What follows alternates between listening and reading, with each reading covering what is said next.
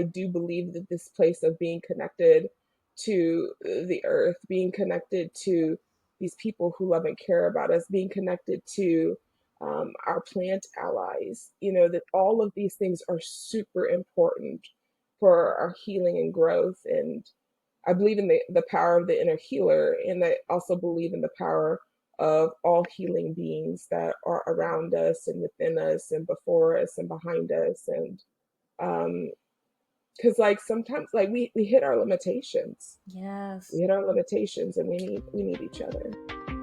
Welcome to Deconstructing Therapy, transforming therapy and the therapists who lead it. Let's deep dive into conversations, reshaping therapy into a powerful tool for healing, liberation, and systemic change.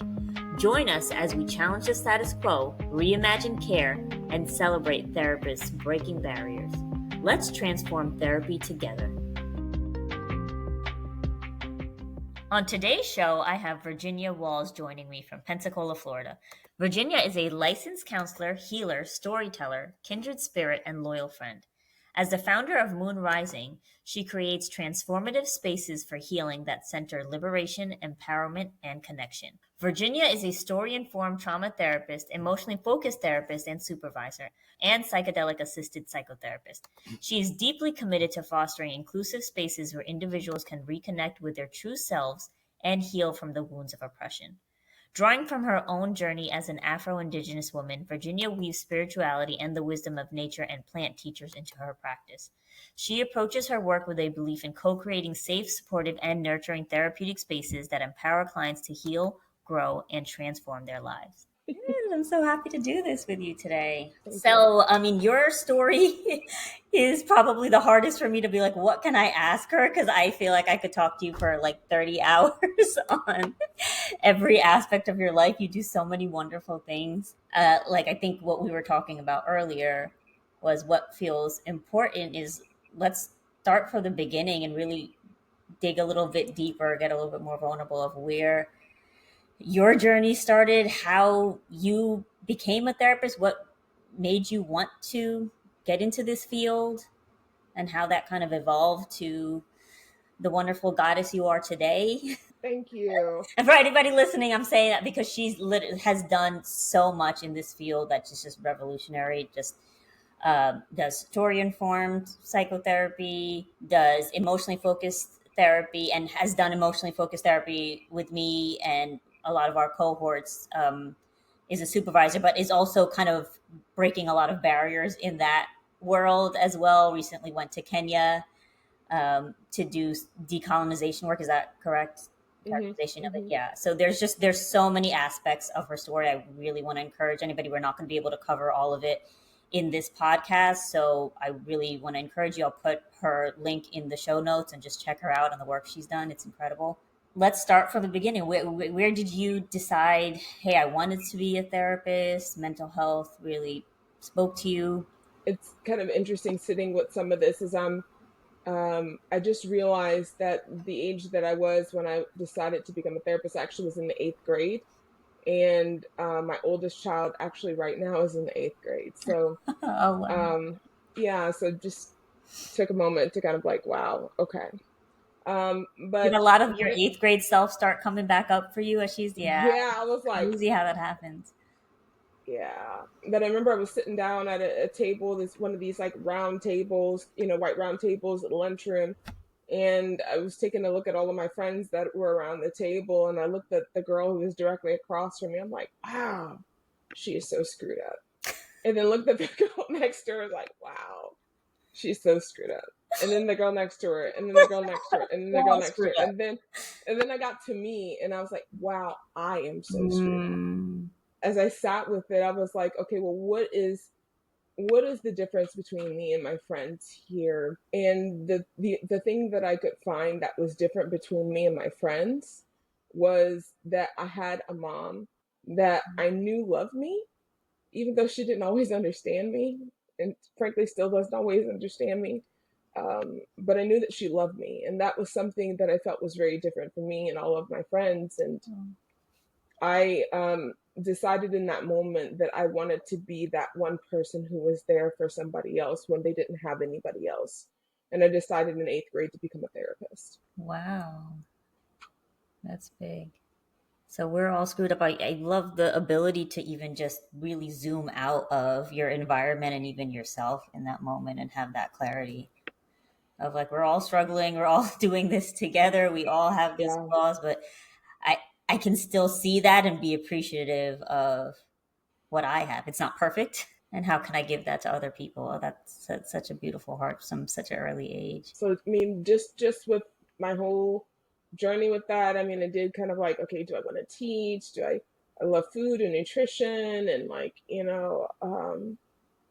I kind of went back and forth between a handful of things, but still therapy was still like something that was huge in my heart, and wanting to be part of people's change and their stories. And Mm, so, but that was something that just kind of always stuck with me, and found ways to weave in some of those other pieces in terms of teaching and connecting food and nutrition as I got older. So um, okay. So sometimes it would evolve to maybe I want to do food or nutrition. It's always some kind of mhm. healing, or then it always came back to therapy, and you integrated the pieces. What was your exposure to therapy in the eighth grade? My parents, my biological parents actually had a divorce. And I went one time to therapy with a family therapist, and wasn't really much of anything. Like, he talked to me briefly, like maybe 10, 15 minutes, and that was it. So, like, that was my only exposure to therapy. But, like, I knew that at the time, as a was in eighth grade, it was the first time that I really could identify, looking back, I can identify really struggling with clinical depression and struggling with being suicidal. And so I just knew all my siblings were going to therapy consistently, but I was the healthy one.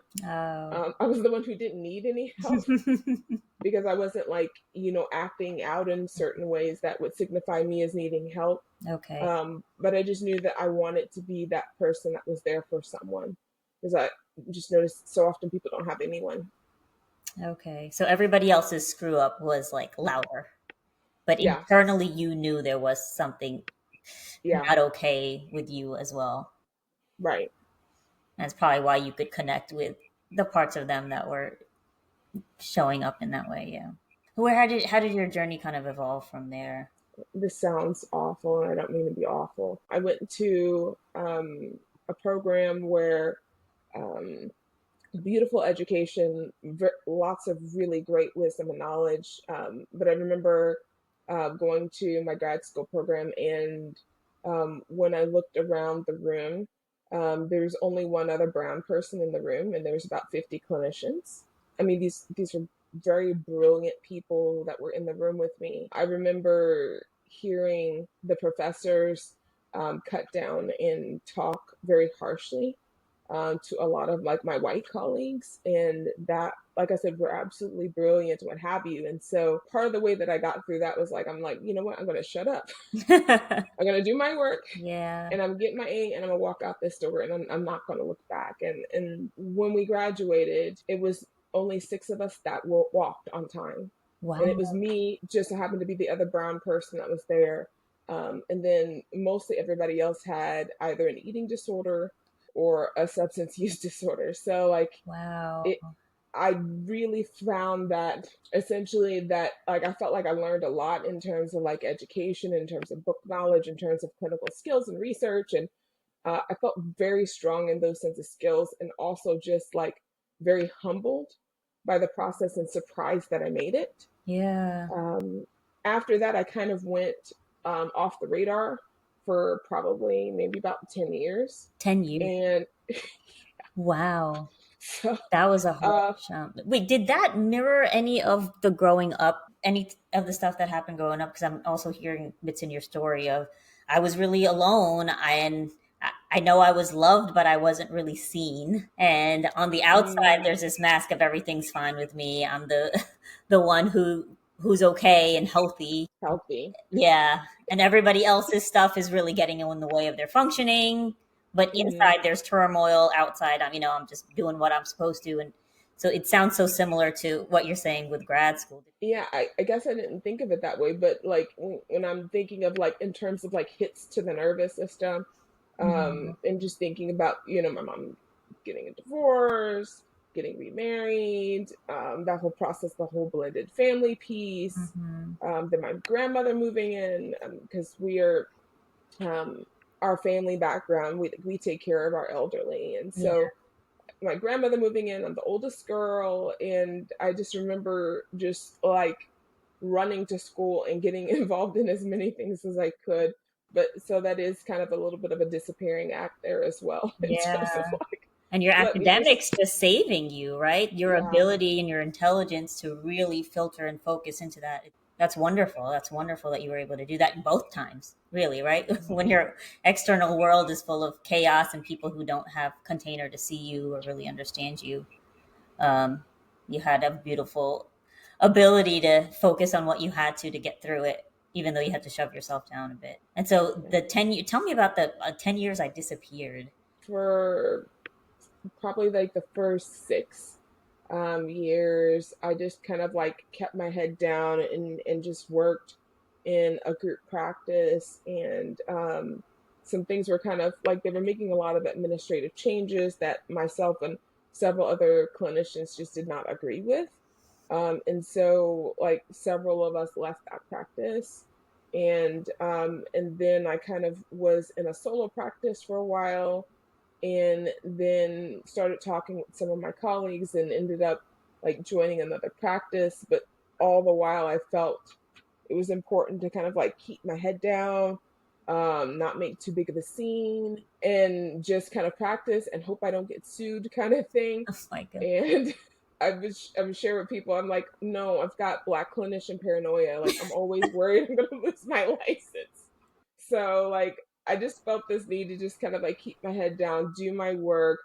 But all the while as I was doing the work, like it just sometimes you would see people get better, but then like you would see people even in this process where they would like come back a year later saying like, hey, I've got the same issues, or hey, do you do this or do you do that? And just feeling very limited. Yeah. um, Grateful for the tools that I got in grad school, yet extremely limited in terms of like, okay, well, are we doing symptom management here, or are we helping people transform their lives? Wow. And I just was sick, of just, helping people manage symptoms. And went through burnout several times in that process, and really had to take a look at myself as a human and as a clinician, and really trying to um, figure out like, okay, this is what I have, and I have the best, like, but the best is not enough right now.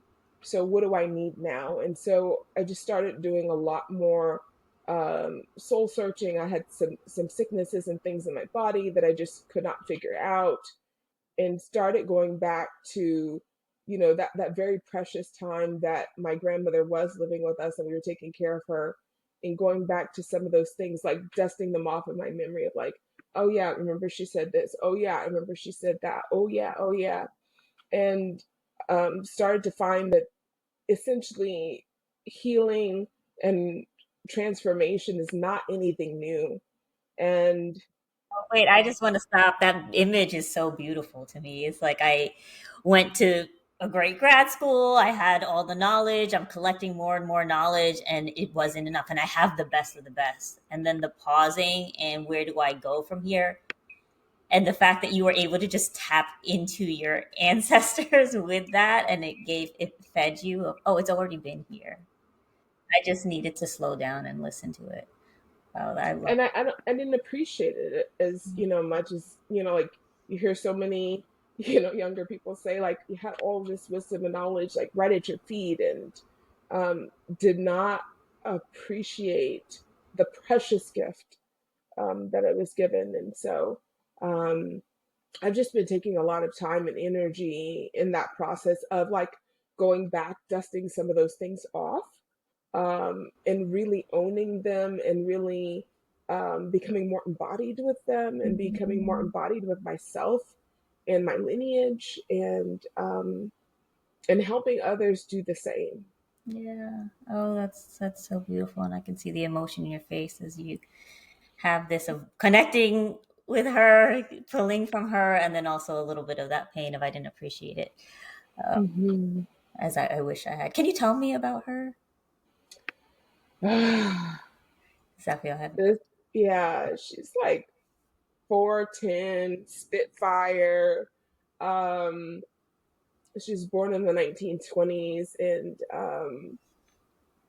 it's funny, like because I went with my mom to all the doctor's appointments and what have you, and would look at birth certificates, and I said, "Mom," I said, "my birth certificate says that I'm black, right?" She said, "Yeah." I said, "Grandma's her birth certificate says colored, right?" She said, "Yeah." I said, "Yours says Negro. You didn't tell me you was a Negro." so, so some pieces of just kind of being able to laugh and to tap in, but like my grandmother lived in a time where black people were called colored, and um is very elegant Spitfire that consistently got in a lot of trouble. And I don't know if I got any of that, but she consistently got in trouble. But she was known for being a volunteer and helping people in her community, Okay. and she was known for always knowing the right herb that people needed to be able to heal any ailment. She was also known for being an extremely spiritual woman and being a powerful prayer warrior. And so a lot of people went to her and would call her all hours of the night. Wow. And I would just sit at the foot of her bedside, and I would just listen to her talk on the phone for hours. Oh, So yeah, what's her she was name? my best friend, Lily. Lily. Oh, okay. You named your child after her. Okay. Hmm. Oh, and you would just sit and listen to her talk to people as she was a healer. That's so beautiful. And I hear you saying, "Oh, I'm not like that. I kept my head down and kept doing the right thing." But I see that Spitfire in you. I think it was it was just waiting to come out. It knew it wasn't safe to come out Mm. for Oh, so thank long. you. It's shining bright now, though. So that's so wonderful. Oh, that's so much of you in that story. Yeah, I remember, like, there were times where, when she was healthier, if somebody in the neighborhood didn't have money to make their rent or what have you, she would say, "Oh, don't worry about it. We're gonna have a dinner," and she would cook dinner. And then just people from the neighborhood would just come in off the streets and come and pay her cash for food, for a plate, and she would be able to help people make their rent over and over and over again. And she was instrumental in helping start like one of the first soup kitchens in New Orleans. And she was a consistent volunteer. And even though I didn't always appreciate how she gave of herself, Mm. because I feel like she gave too much a lot of times and didn't always take care of herself. You So, but noticed a lot, even as a young child. You're so observant. You have a lot more clarity than most little. had to, had to, Yeah. had to. When she was dying, and knew she was dying, and I remember telling her again, laying by her feet, you can't die. Um, and she said, "Oh no, it'll be fine." And she's like, "You'll be fine." And I remember saying to her, "You have to be here until you see my first child be born." Mhm. And she said, "Well, when your first child is born, I'll peek through the clouds and I'll make sure that I'm there." And so, Did you feel her when, when she was born? Yeah. yeah, and named my daughter my first child Yeah. after her. Mm. There's so much of you in her story. Just even the integrate the food, the wanting to take care of people in all the ways, and being able to see people, understand people in a different way that most people don't. Just that all encompassing kind of holistic healing. Mm. And do you feel like you're bringing that into your practice in the way you're practicing now, where it doesn't feel like I'm just doing? Have you always been like that, I guess, as a clinician, or did that evolve for you? It evolved for me, because like very early on, I just felt like I have to survive, Yeah. and I'm lucky to even be here, and I shouldn't even be here looking at Yeah. people that, these are all people who wanted to be um, doctors and Mhm. medical doctors. And Yeah. so I'm like, I don't belong here with these group Mhm. from, either they were very well off, or higher middle class. I'm like, these are not my people. I don't belong here. But I was there and Mhm. watching them get spit up and chewed out and dropping out of the program. And I'm like, I'm still here. Like, oh. Yes. So I did everything that I could to just like, okay, how can I survive? What do I have to do? What hoop do I have to jump through to survive? Yes. And so I did that just to make it. But then once I kind of came out of that program and then like had that time of just like going off the grid, I had some time to kind of sit with myself and sit with some hard questions, sit with some burnout. Burnout's lovely. Yeah. And It really can be. It's like it can make you gotta seriously, yeah. cocoon yourself and sometimes come out as that butterfly. And that's exactly what it sounds like you did. It sounds like such a huge shift of gotta keep Mhm. my head down, just make it through. I don't belong here. I don't want to ruffle feathers. The environment's not fully safe for me. I mean, you've had that your whole life. And then to come out, emerge and say, no, I need to transform things here. And that comes at the cost of not being as invisible, not Yeah. keeping your head down. I mean, that to me feels so scary for someone who's always done it the other way. How did you make that transition? I think at the end of the day, like I said, I went through burnout several times as a clinician. At the end of the day, I really had to sit with me Mm-hmm. and I had to sit with like, what are you doing? Is it something that you feel connected to? It's like the way I was even taught to be a practitioner was to be very removed, very distant, very cold, and it just felt life sucking in a lot of ways. And I was like, I Mm-hmm. can't keep doing it this way. Just those words of my grandmother and just watching my grandmother, visit the sick, helping people, and pulling our family together. And all of those things started coming back to me and I started saying, well, like, you know what?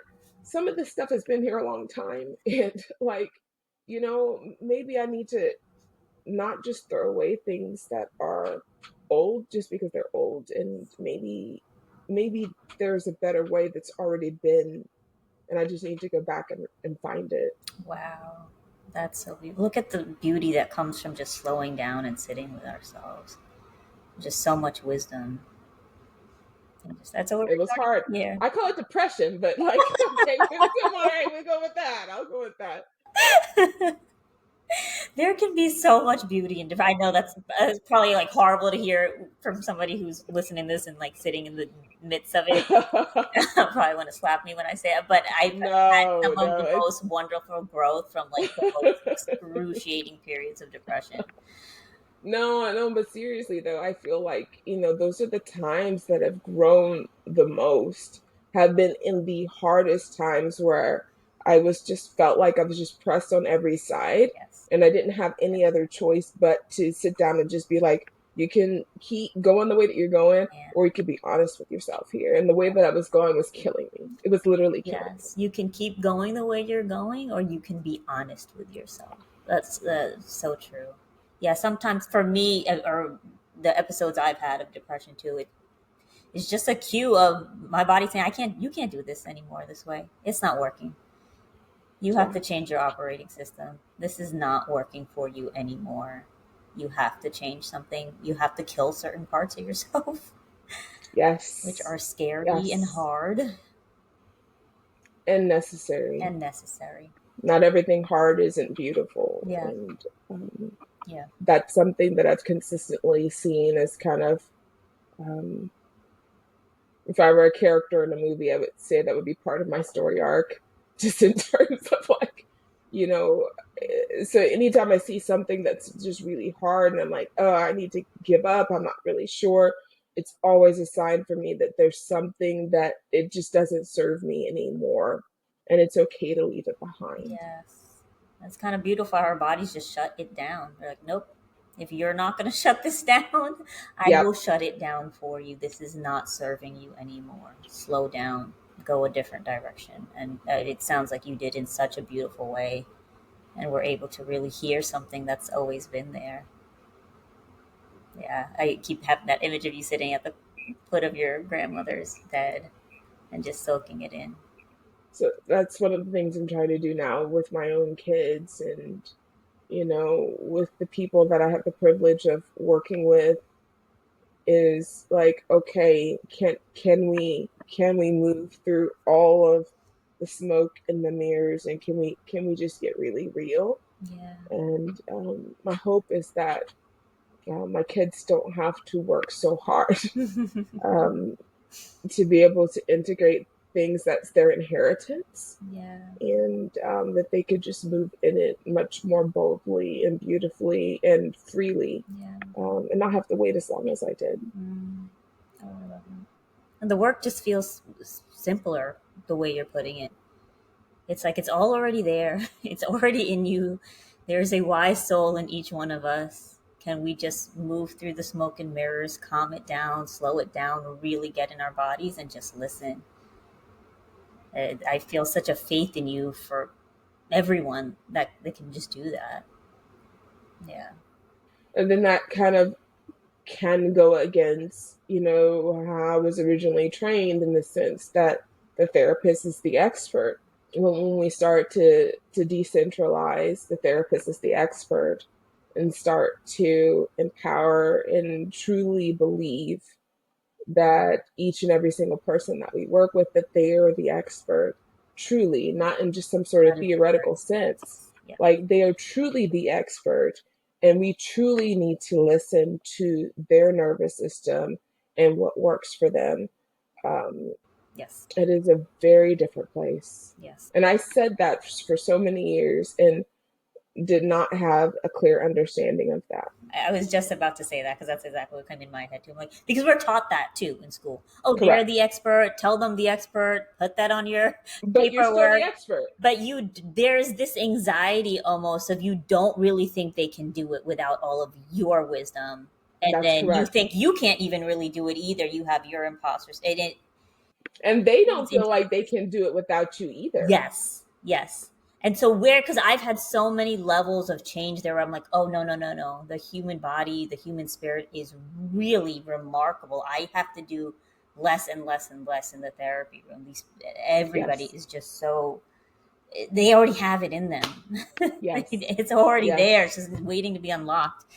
Um, Yes. how did you get there? How did you really like? Hey, I've said that, but I'm embodying it in a deeper way.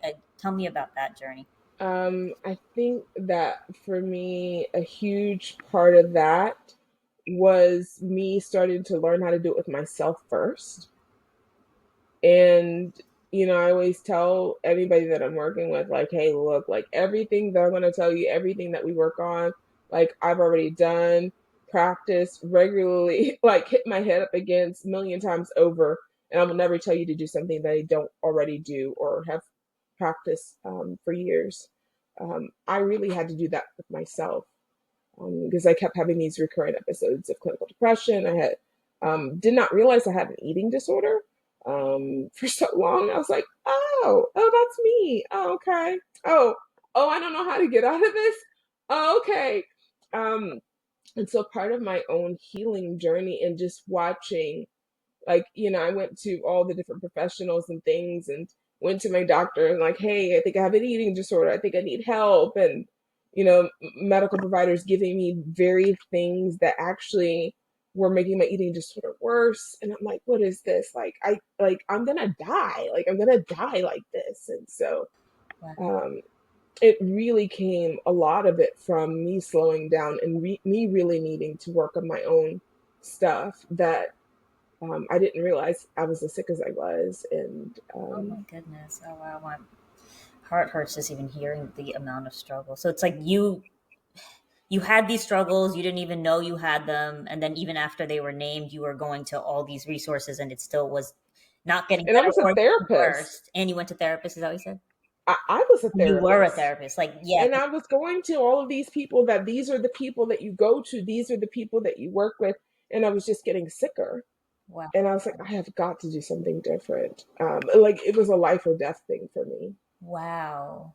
That is huge. And that you got out of also as well as by kind of just slowing down with yourself. Yeah. Because in addition to like having the reoccurring episodes of depression, I was also I was bulimic, and I couldn't, like, I was compulsively engaging in behaviors that I just could not stop on my own. Wow. um and so, like, I really had to sit down with some of the compulsions that I was having that were literally killing me. And Oh my goodness. yeah, and at the time I had kids, like my kids were really little, and I was like, I want them to be able to grow up with their mom. Oh my god. So What a scary um time. And you were not getting that help outside at all. it, So you now had to force now yourself to sit through it. uh a lot of it ended up me I didn't share it much with many people. It just, like, there's just so much shame with it. Or like, if you start to say something about it with somebody, everybody's like, oh yeah, me too. And I'm like, no, you like, no, like No, it's I legit was scary over dying. here. Like, I yeah. was literally dying and I couldn't. Yeah, like there's disordered eating and then there's an eating disorder, and I Oh, am definitely in the latter. And wow.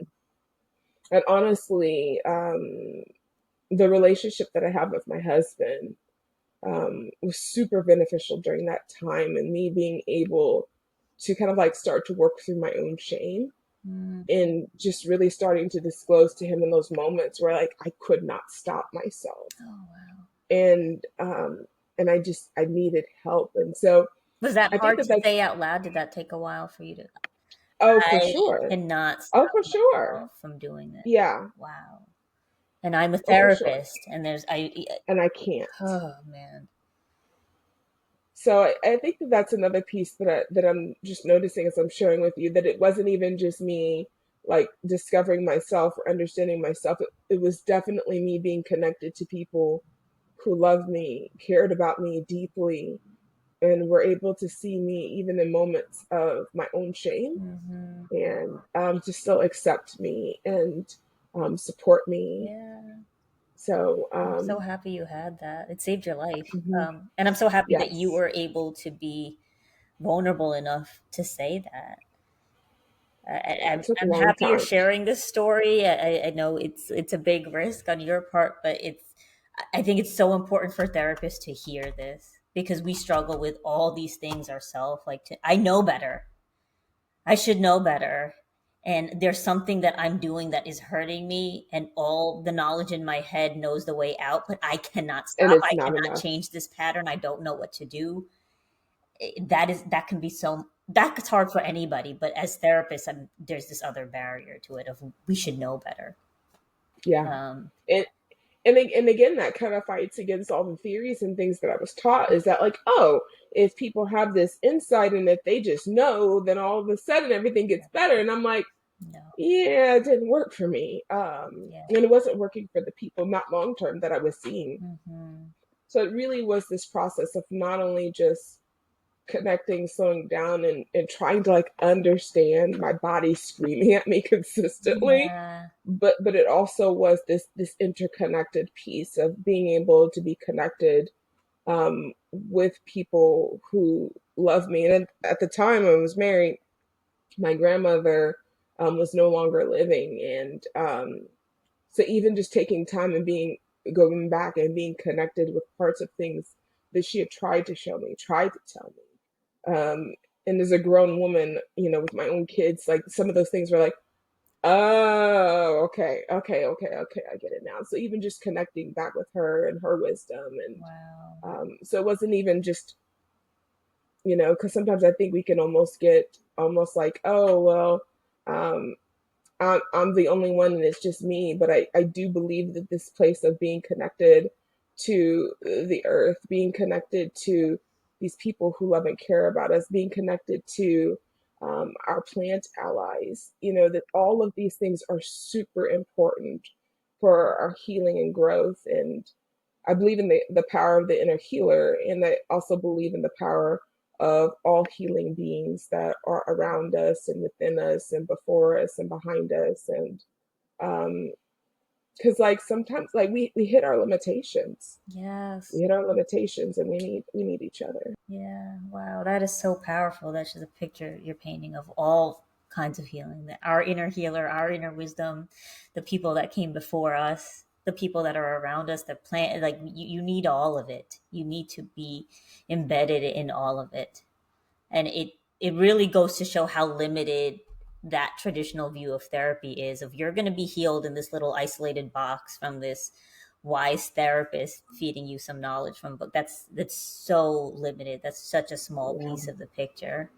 You need connection at all these levels. Proud of you. I'm so proud of you. The level Oh. of strength that you've done, levels on levels. um, were you vulnerable like this with your grandmother? Did you have that modeled for you with her? In a lot of ways, yes. Because like she was one person that, she would say, you sassy thing. So like she was one person that I could like push back with, like be a little bit sassier with, and and she would just give it right back at me. And I just appreciated her being very real, and Mm, yeah, her being in present. yeah. So you got that. You got your body had that experience with her, and then the world Hmm. around you kind of made you keep it locked up for a little bit, and you're kind of returning back home now to that little spitfire inside you. Yeah, I love it. I love it. Thank you so much for sharing this. I mean, it's so impactful on so many levels. Is there anything from what you're sharing today that, if you were to give kind of one nugget that you'd want to share with some clinicians who might be listening, or anybody who might be listening?